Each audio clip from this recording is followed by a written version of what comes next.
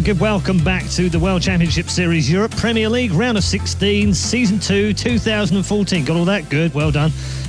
Game 2 done in the books. Was a tough match for both players. 4GG in the end triumphing. It's great for the Terrans, but in the unbiased world of the World Championship Series, great match from Snute as well. But as Apollo pointed out, just a couple of little things that went slightly differently, and that game was his to win. I actually think that Snute's anti-2-Rex build is just far too predictable. Or when I say far too predictable, 4GG made it look very, very easy. Right at the start of the game, everybody knows how Snute holds a 2-Rex these days with the 3 spine crawlers and stuff. It's a huge, huge commitment. And it wasn't Snute necessarily making mistakes, just 4GG read him and he knew what to do. It was very, hey, you're going to react like this. I know how you're going to react. And what I'm going to do is just going to put me so far ahead in the game. I mean, first game, sure, Blue Hellions, and he didn't see it coming because he didn't scale it. But the third game, when it was almost an identical build, he had the Overlord in a position where you thought, he's gonna see it. And then suddenly he turns around. I mean, do you not think if he just carried on maybe 5 seconds, he'd see Blue Flame, he builds all the things he knows that he's got to build, he's ahead in drone count and he wins the game. The thing is, the damage has already been done from the 2-Rex. Like the committal of like 800 minerals into the 3 spines and the hatchery that goes down. When you look at drone counts and stuff, even if the Zerg is like 40 to 34 against Terran, all the infrastructure has already been made for 4GG. All the depots that you have to keep on making, the barracks, it doesn't matter what he sees. He's going to have to not make drones later on to try and counter what's happening when the Terran consistently, even if he's making Marauders and Blue Flame Hellions, he's still making an army, still making SCVs, whereas the Zerg, it really trumped him. So the mistakes were made before that happened. It really was. Yeah, so a very interesting strategical kind of game, though, both of them, the last 2 matches indeed. So, Snute down and out, but not out completely. He does have a chance now to redeem himself against Harstem, as we see the bracket confirms that Vortex and 4GG will now have a team kill to face the final, to have the first place into the round of 8 from Group A. This will be into the quarter-final, of course, so Vortex looking to go in there again. 4GG hasn't been there since Season 1, so he's hungry as you like, but only one Millennium player can go through at a time. I guess they'll be okay, though, because, you know, it does also mean that the loser gets a second shot at the next place. But we're going to concentrate on Harstem versus Snute now. These two, it's difficult, this group, to you know, we would have been saying the same things about whatever 2 we got in the bottom 2, saying how tough it was and what a tough group it is, but they've got to man up. It's round of 16. They certainly do have to man up, and you know, Snute, it's a bit of a tough beat against 4GG because he's so good against Terran, and the way that it happened, it's never nice. But Harstem, he's had time to breathe now. You know, the first game of the day is always a little nerve-wracking, but the thing about, or the difference between Vortex and Snute is, Vortex really, he's a wild player. He's going to throw out weird, crazy things, whereas Snute, he's a little bit more predictable, so maybe Harstem has a few things up his sleeve then. Okay, head-to-head, it's quite an interesting read, this one. It's Snute 5, Harstem 2 in matches, which you then think, well, that's not too bad, but actually it gets better for Harstem if you only look at 2014. They've played each other 5 times already this year. Snute only leads 3-2. It's a very narrow kind of gap. So, actually, I think he will be okay with this. Yeah, I didn't actually know about that. Like, when I think about Snute against anybody else, I'm always like 7-0, 10-1, you know, he's such a beast. But Harstem, like, he's a definite contender, it seems. Like, with those stats not in his favor, but so close, and he seems to be on a bit of a roll recently, qualifying this far. What do you think we're going to see here with the map vetoes? I mean, Waystation's gone, so let's forget about that because we're not going to see it in this game. Waystation is not a pleasant map. I'd imagine we'd see merry-go-round. It's all right for mirrors, though. It's all right for what, sorry? It's okay for mirrors. You know, if you've lost a couple of other things and you think, oh, well, it's TVT, I'll be all right in this game. For mirrors, you can accept it. It's tolerable. I'd imagine merry-go-round goes out too, given the third's so open. Maybe King Sejong, maybe Altazin. Oh, it's tough. This matchup is not one that I'm terribly familiar with. We're 2 for 2. Habitation's gone. Merry-go-round. Waystation's definitely going to go. Yeah, Waystation. But which one's Harstem going to get rid of? I think he'll get rid of Altazin. I don't think he wants to play Snute on that. I wouldn't want to play Snute on Altazin. I wouldn't want to play it, no. And no, King Sejong, because Swarm Host, when you get Swarm Host in the middle of that map, they are so good, and Snute is the master, or one of the masters of Swarm Host. Yeah, so. You're right. It's going to be one of those 2 along with Waystation, you would presume. When I think about playing Snute, though, is there really a map that I want to play him on? Like, no? Like Steps of War from old times, maybe? Maybe we play Waystation then, because we don't know how good he is. Oh, Snute got rid of Altazin. Interesting. That is interesting. I don't want to. I don't want to change. Where this is going anymore. I don't want to change now. Harstem's mind by saying anything, but I think Sejong would be the one. Yeah, well, we could end up with WCS being left in here, but would be the first one we've had in the round of 16. I only saw it 6 times in the round of 32, and then 4 times. Almost. Not quite. Nearly made the cut. But we've got King Sejong Station, which would suggest some swarm hosts. Frost's going to be our first map. I'd imagine Overgrowth's going to be map 2, and that'll leave Sejong as the 3rd map. Yes, correct. One of the nice things actually about WCS, if it is the big style, one of the nice things for Harstem is, how do you get swarm hosts everywhere? You can't be aggressive and be defensive with swarm hosts because the map's too huge. Same thing with Altazine, which is probably why Snute got rid of it. Maybe. Yeah, maybe. Very interesting map picks. We'll find out from the commentators just a minute. Firstly, predictions. You've been all right so far? Kind of waiting for them to put on their headsets a little bit. I don't want to bias them in any way. No, I don't want them to hate me. Well, yeah, quite. I actually spoke to Harstem a little bit upstairs. We had a little bit of dinner before the show started. And I said to him, so how does it feel to be the wild card, the underdog, no pressure? He's like, I just win everything. I don't care. He's super confident. And then he said, maybe. And I said, no, come on. You were so confident for 10 seconds there, then you added the word maybe. So yeah, he almost sold you. But he did. He almost got me with his confidence. I have to pick Snute in this situation. Like the game against Vortex went for something a little unorthodox with Infestors. I don't really see that too often, but he really manhandled. Like he looks so solid and so strong, whereas Harstem, a little bit shaky. It was a nice, safe expo that he did, but at no point in the game did it look like he could really capitalize on what he had. So in Snute, yeah, he certainly didn't look out of his depth, but like you said, there wasn't anything he could grab onto. Yeah. There was no point in time where I was like, oh yeah, Harstem, this is dangerous. It was just like, wow, Vortex is so good. But I feel the same when I watch Snute. He's just so good. He really is. Thank you very much to Muslim for the moment. Let's head over to the commentary team for this one. It's Apollo and Kalaris. All right, unfortunately, one of these guys is going out here in Group A in the round of 16, and they will be our first casualty in this round. And it could be Snute or Harstem here. And Snute in that sentence kind of doesn't fit. Everyone was expecting him to be doing more. Well, at least I can speak for myself. I thought it would be Vortex and Snute top 2. Not to have them in the loser match. And it is a little bit different, actually, to think the 3rd game now is the loser match, with the format change, the loser before the winners now. And yeah, one of these gets eliminated. All right, so here is Snute now. And, one thing we can take away from this is that his ZVP, we've seen a little bit of evolution in that in general. A lot of it was very swarm host orientated, but now we see a lot of mixing. All right, Mr. Charisma, calm down. We've seen a lot of changes in that, of very Roach Hydra into then the Swarm host continuing on. Yeah, I mean, Snute will play a very aggressive game against the way that Harstem plays. So I actually love the vetoes and the way they're set up. Harstem gets rid of merry-go-round. Very difficult to take a 3rd base on that map. Yep. You're going to get destroyed there against a good player like Snute, and especially considering his style.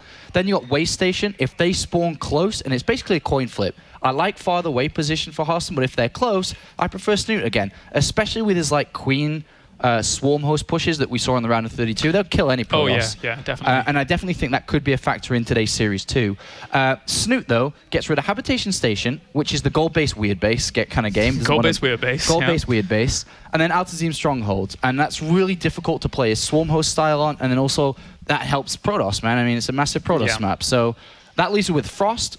Close position. I want close positions. I want close positions. Overgrowth, then King, Sejong. So I think the 3 maps are really cool for this series. You have to favor Snute. Have to. Yeah.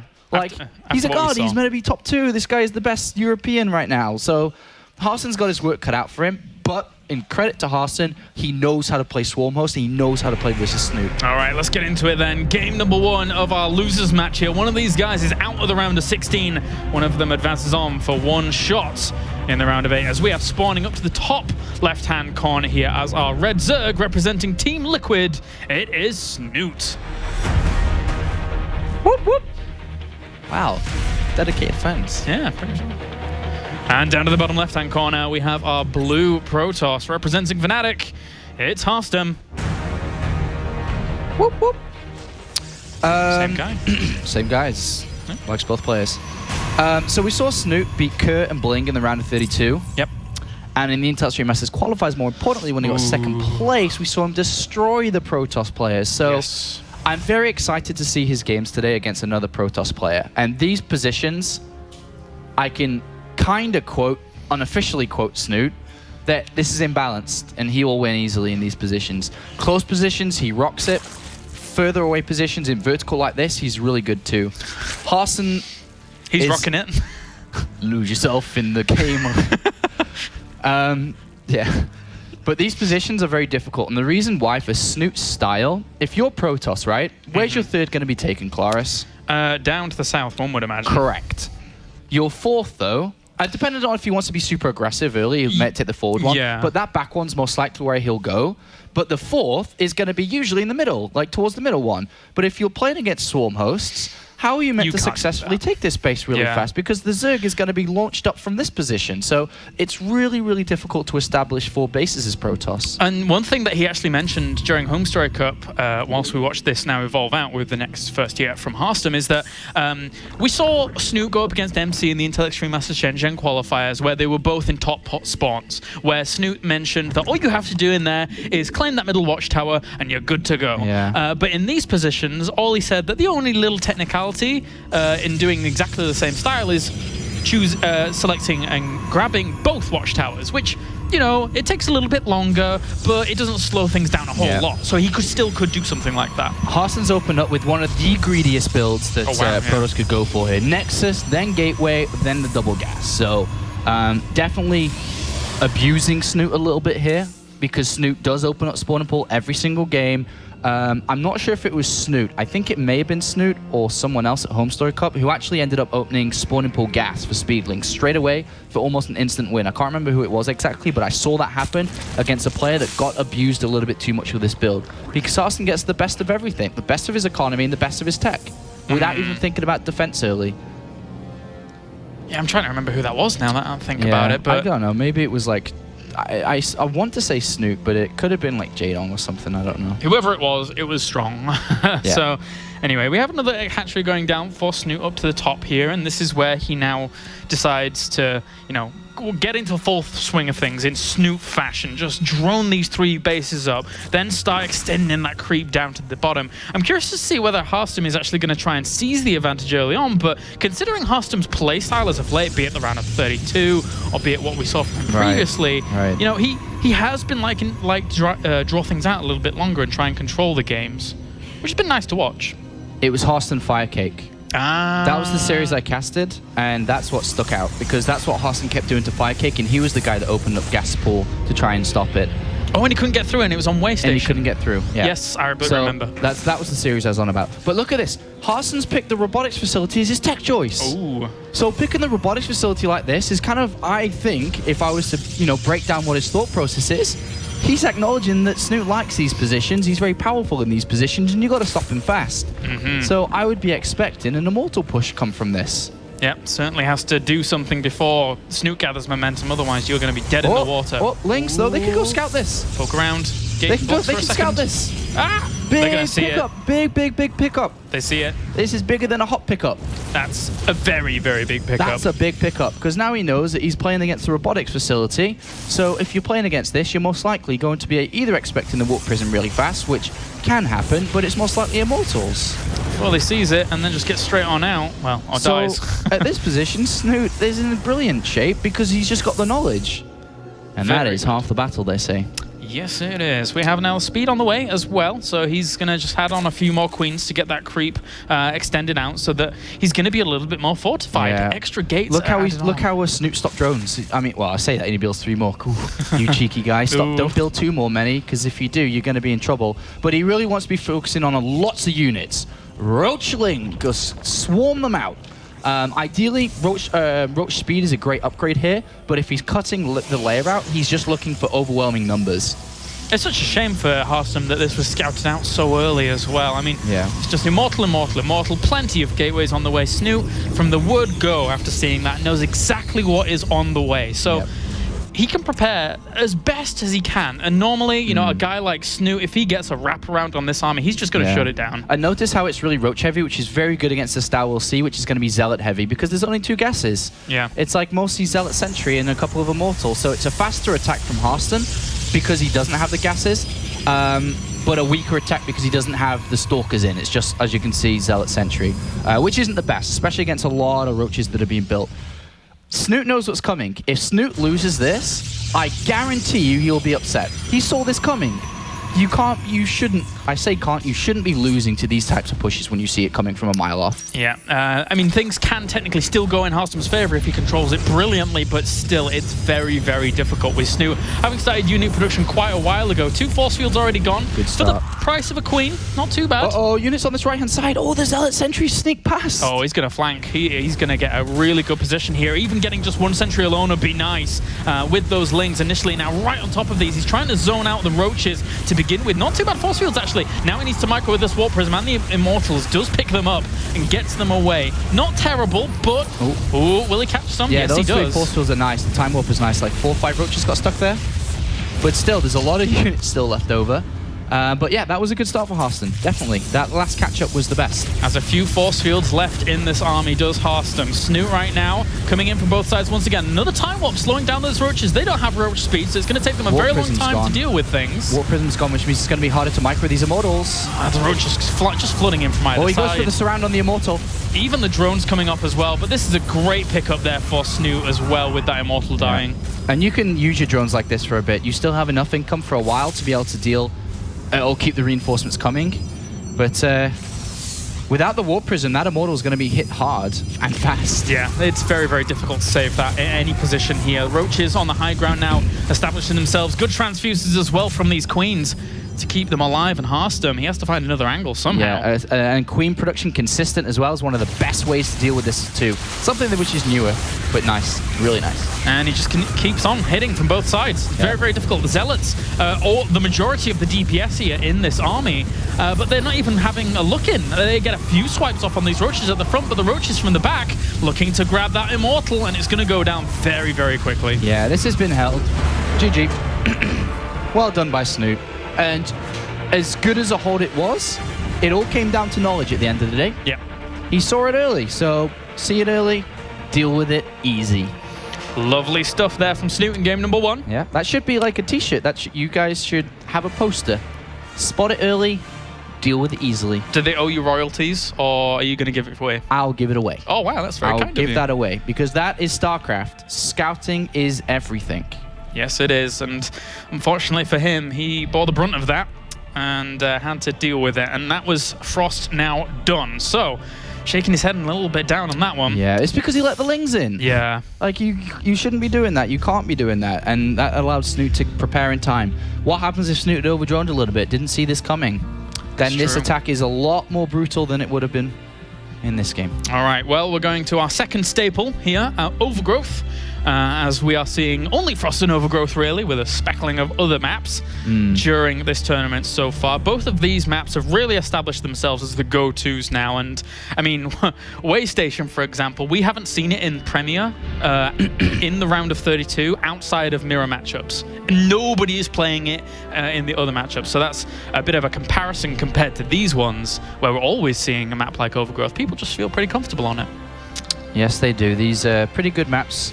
And I think this could be a cool series, or cool map, this next one. Just really depends on how it plays out from the start. Does Harstem try to play greedy again? Does Snute try to capitalize? Does he not? Does he not care? I think that's the most important part of the game as we load in, and then from there on out, can go wherever, to be honest. But Harstem is, finding himself in the top 16 for the first time, and he's shaking his head with that, and it's all down to that Ling Scout. Mothership Core allowed those Lings in. Mothership Core stops 2 Lings, so... And then the Zealot there added in, just the wall not quite ready in time. It's got to be frustrating. Yeah, definitely. Gotta be. To get to the round of 16 for the first time, to go up against Vortex, who's been to the top 8 4 times or so. He's every time around the 16. And then this guy who's on fire is named one of the best in Europe. It's not an easy group. And then 4GGs in there. Yeah, I mean, it's difficult. Harstem was able to topple his round of 32 group, but the round of 16 is a whole different kettle of fish as we now get into game number 2 here between these two. Snute looking pretty good so far. Will he be able to continue on? Let's jump into Overgrowth.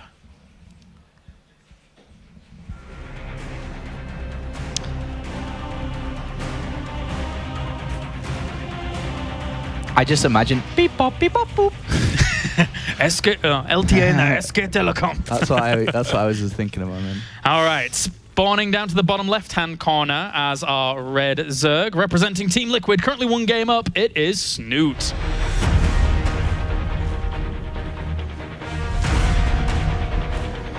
All right, and up to the top right, we have our blue Protoss representing Fnatic. It's Harstem.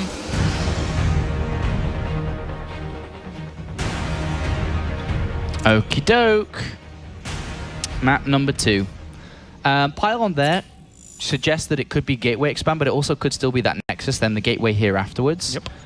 So we'll have to follow that. Snute, though, no super early pull. So, I mean, if I'm Snute, and I know... Well, actually, I don't want to say I know that I'm the best. No. If I was Snute's coach, let me rephrase this. Okay. Coach Apollo's back. If I was, Coach Apollo's back in business again, and if I'm Coach Apollo and I'm coaching Snute, I tell him, open up spawn and pull every game. I don't care. You know that edge that Harstem gets, those couple of I don't care. Mm-hmm. You are Snute, my boy. You're the best. And then I break into song. You're the best. This is really elaborate. Keep going. I would say that just keep on opening up the same build safe every single time, because the one time that you try to capitalize on the fact that he's being greedy, or you try to go early spawn and pull hatchery first, you're going to get stung and you'll lose in a situation that you wouldn't normally lose because you're the best. You're the better player. You don't need that small advantage. You let him have it. It's very motivational, that. That's what I would do. All right, that's very nice. That's good coaching tips. And Snute is going to get confirmation of the fact that it is, once again, that greedy opener, and he's probably just going to play standard off the back of that. I mean, Snute's very, I would say, quite robotic in his style, but he's so methodical and so solid about it that it doesn't matter. It's very hard to really exploit. Right. I mean, I can actually say, quote Snute, he plays like a robo, he plays robotic. And he said that. He doesn't make mistakes, and he plays the same game over and over and over, but it doesn't matter how good you are, you can't beat him because he's the best. He is. All right, so same opening again. Greedy opening by Harstem, who's more than willing to do this again against that robotic style, as you said, from Snute. Whatever, man. He's going to take his third hatchery coming in. And Harstem does take a slight edge at the early part of this game if you compare both the setups. Only slight. Yeah. Not the biggest of deals here is just powering out those probes, getting that cybernetic score down. Eventually we'll see him try and wall off the front, and right. I can imagine we'll see Harstem maybe go into a bit of an earlier third base or something like that. Yeah, he might take a fast third, or he might play some Oracle build into a fast third or something. Something along the lines of that. Certainly has a lot of options. He's Protoss. Right. Yeah, you can say that. You can say that. He does have a lot of options to choose from. If you were to guess what song Harstem was listening to, what song is it?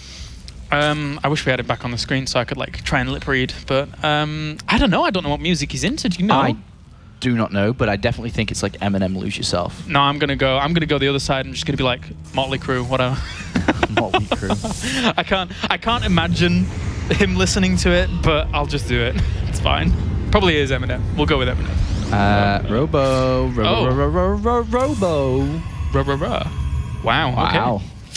Okay, so I guess it's a mortal push or die trying.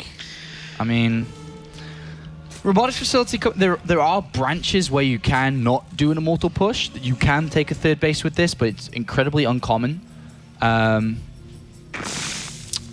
be looking at an immortal push here. I mean, it's the same setup, it's the same build. Technically, if you do breach that third base location and get force fields between the hatchery and that upper little spire bit, it's very, very strong, but can you even get there is the big question. Harstem's made the wall.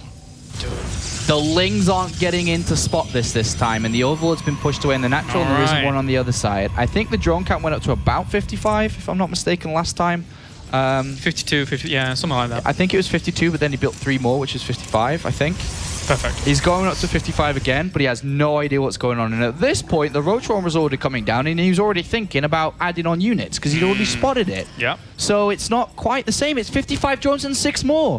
This is why Harstem was shaking his head, because this is what could have happened in game 1. Yes, it could have. And now, 2 links, poke forwards. You're not getting in, guys. Snute has no idea. Yeah. He's 3 spores. He isn't checking the natural for the gases and not poking in. He's got no idea.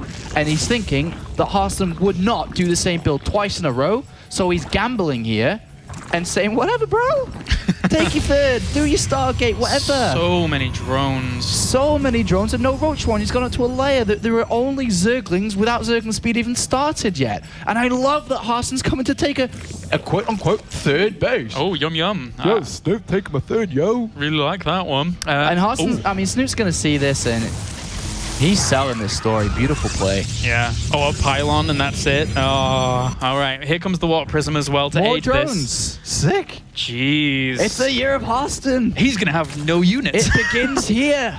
He actually, this Ro16's going to finish up. It's 39 probes to 71 drones. Oh, dear. He doesn't have his own Mega Towers.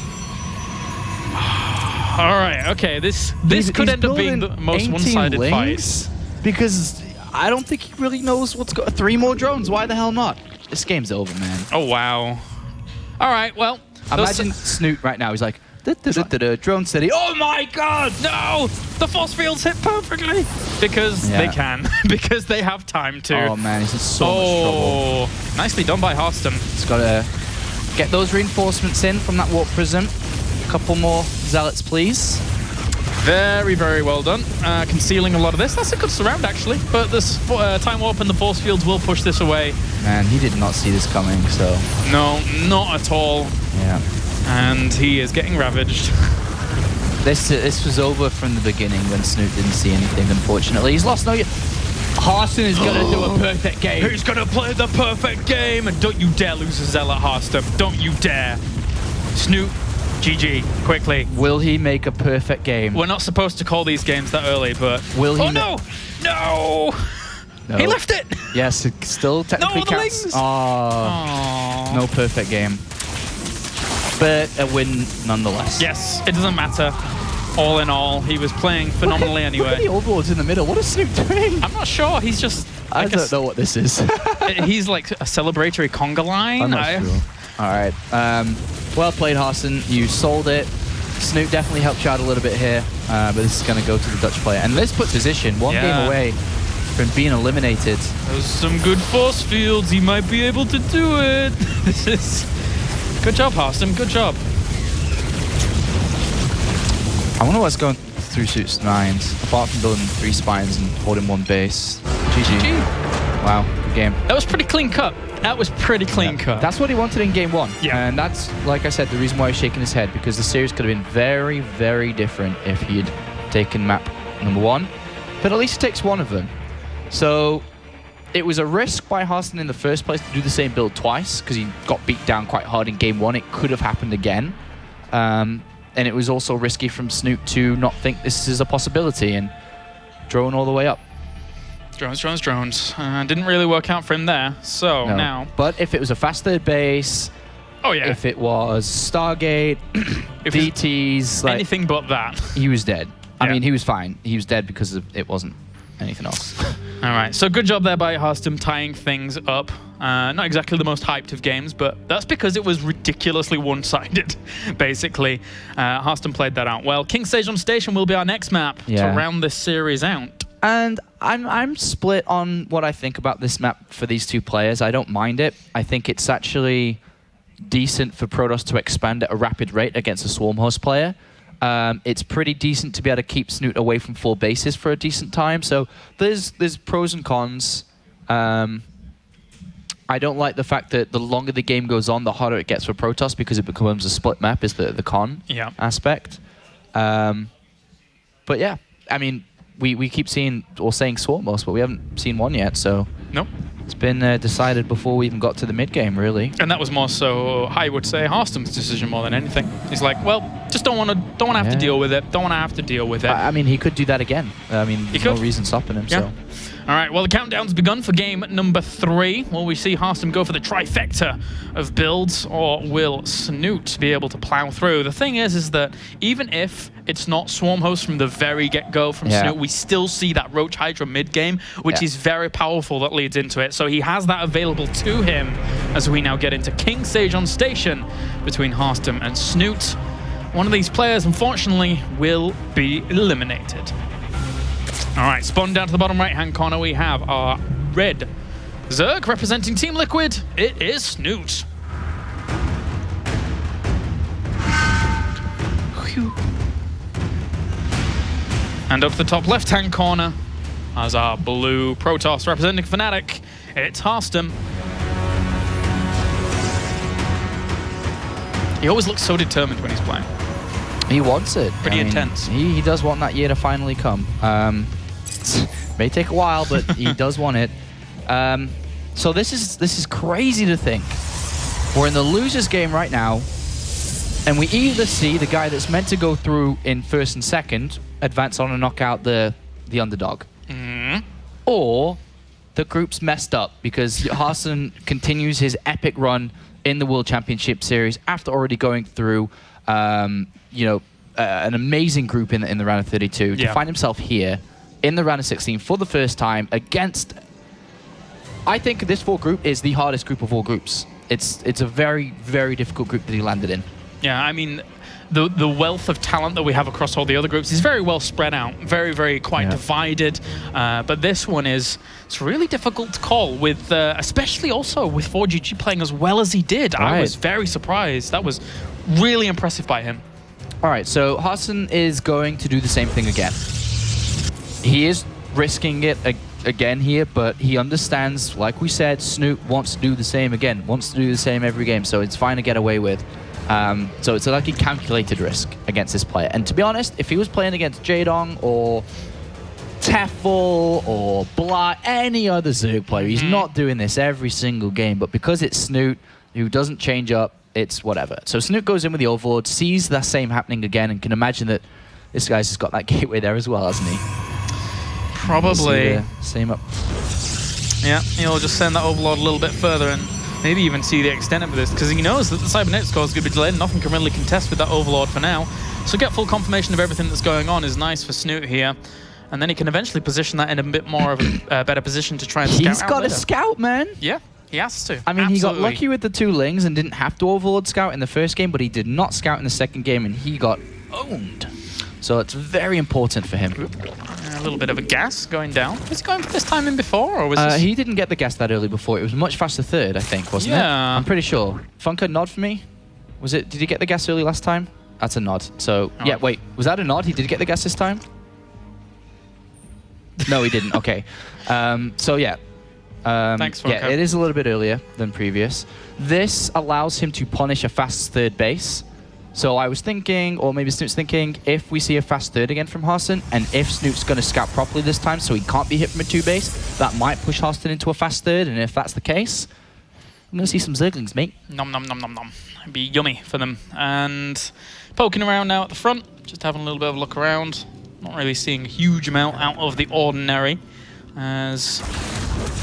I think as a whole here for Snute, if he does play a little bit more reactionary, I think it could go his way. You know, Harstem's been playing him like a little bit of a harp at the moment. He has, but Snute might have put his foot in the ground a little bit with getting that Zergling speed so early. A Stalker's been chrono boosted out to push any Overlords away, which is a big difference from before. Because it was a Sentry, which is interesting because it's like he gets the Stalker, but in the last 2 games in a row he got a Sentry first. The Sentry helps the push, but is a different unit to the Stalker, so now the Stalker's revealed. It looks more like an expansion build again, which could sell the story again here. But this time he's going to scout. And that Stalker. And the Stalker's not going to keep this away. Yeah. Oh, yes it will. He turned around. Hello. He didn't want to lose that. He didn't want to lose the Overlord, so he turned around. He could have sacked it. Maybe he thinks he can get in with the Lings, considering he knows the Stalker's out of position. But maybe. And the Mothership Core's out of position too, so there's a Sentry that might help, should help. Oh, he's not going to go. He's not going to go for it. All right, well, the Robo's there again. Jesus, the Spores coming in because he doesn't know what's going on. It's the same. 10 Lings in production, though. Lings get shut down on the natural, at least one of them does. Yeah, it's just for the defense of that initial poke. I mean... A Roach Warren as well. I think Snute is not quite sold on this yet. Because he's seen nothing, he's worrying what's going on. He sees 2 extra gateways on the natural, so it's not the 1 gate expansion build from Harstem like he did it earlier. So Snute's not having it. Aiding Lings. Yeah, not gonna... I mean, this works 2 ways. If there's a fast 30, stops a fast 30. If it's an attack, he's kind of getting ready for a little bit. But remember, this is a very low drum count. All right, wow. So many gateways. So many gateways. This is blocked off. He sees there's 2 gates at the front and isn't going to be too phased. Actually, he could... no, he won't get the pylon with the force field These available. Lings hurt him a little bit, though.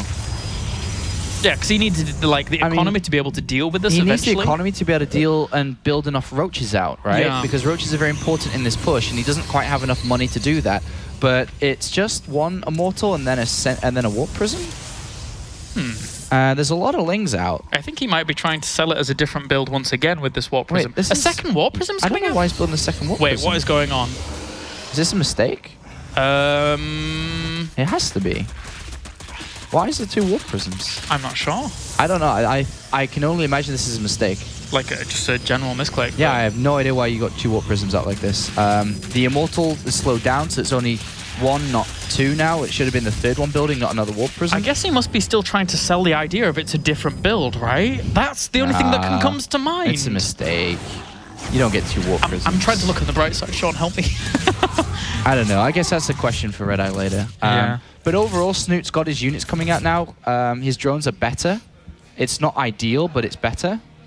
He's hitting on multiple angles with these Warp Prisms. I guess he's just going to make best use of them where he can. Unless it's not a mistake and then he wants to drop and push. But that second Warp Prism was revealed just then, right? Yeah, so I mean, but he has 1 Warp Prism with the army, so he can actually warp with the army and pick up the Immortals, and then the other one to drop at the same time to split the attention, to, you know, drop in the middle line to hurt the economy. That's the only thing that makes sense. Otherwise, it's a mistake. Whatever the case, is a very technical assault here by Harstem, who, well, 61 army supply against this, has quite a lot of force fields. He's going to try and do some damage in this mineral line, but does not want to lose that Warp Prism. Gotta hit these force fields right, because there is a lot of Lings. If he hits the I mean, Roaches heavy is good. Ling heavy is good if you mess the force fields up, so he's got to hit these force fields. He's got to keep the Lings from spreading, from running in. Quite a few Lings drawn away by the initial Warp Prism, but now this force on the left-hand side is going to try and move into a good location to pressure pylons, as well as a few extra sentries. He forces out all of those Roaches at the back, and the Lings don't really do a whole lot on this left-hand side, forced to retreat as well. Harstem's up in terms of supply. And he's about to drop those 4 Zealots in the main base too. This could work out, although... He's got to keep the Warp Prism alive. Yeah, and focusing down 4 that. Zealots in. So interesting push here.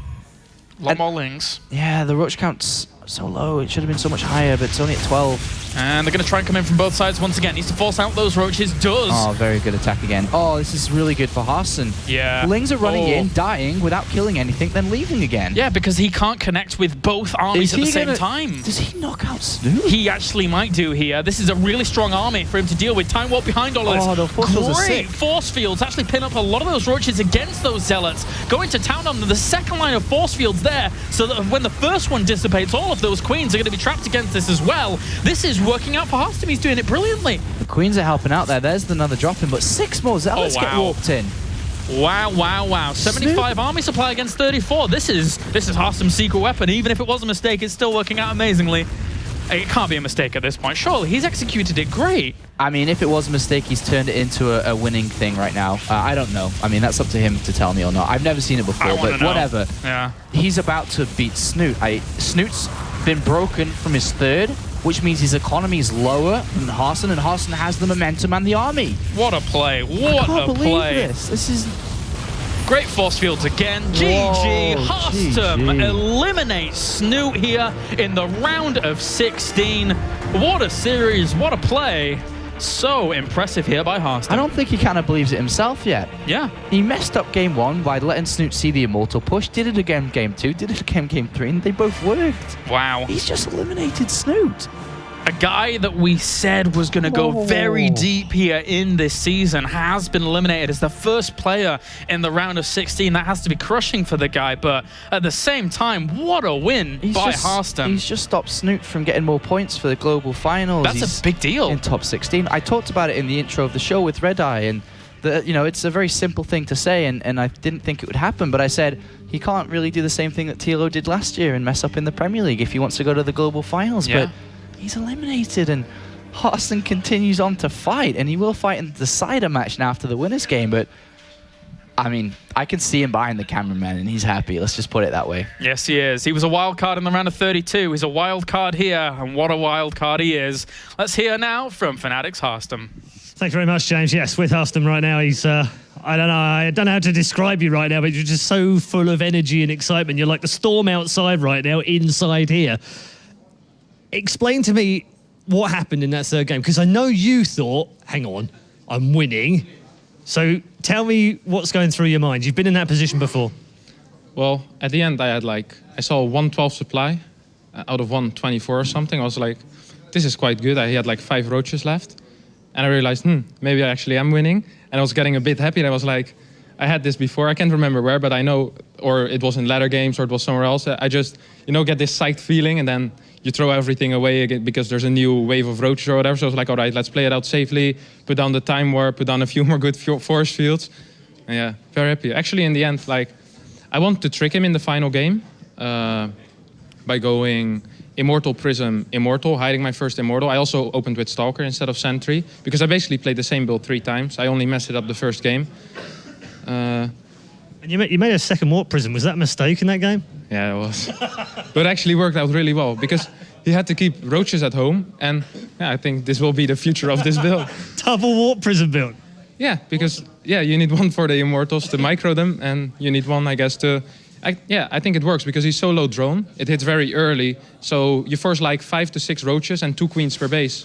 So yeah, I think it's actually a very good addition to the build, even though it wasn't intended. Yeah, it worked out well. The other question we have is, what music were you listening to? This game? I actually don't know. I can't remember. You were bopping around. You were like, really into it. I think it was Forget About Dre. Okay.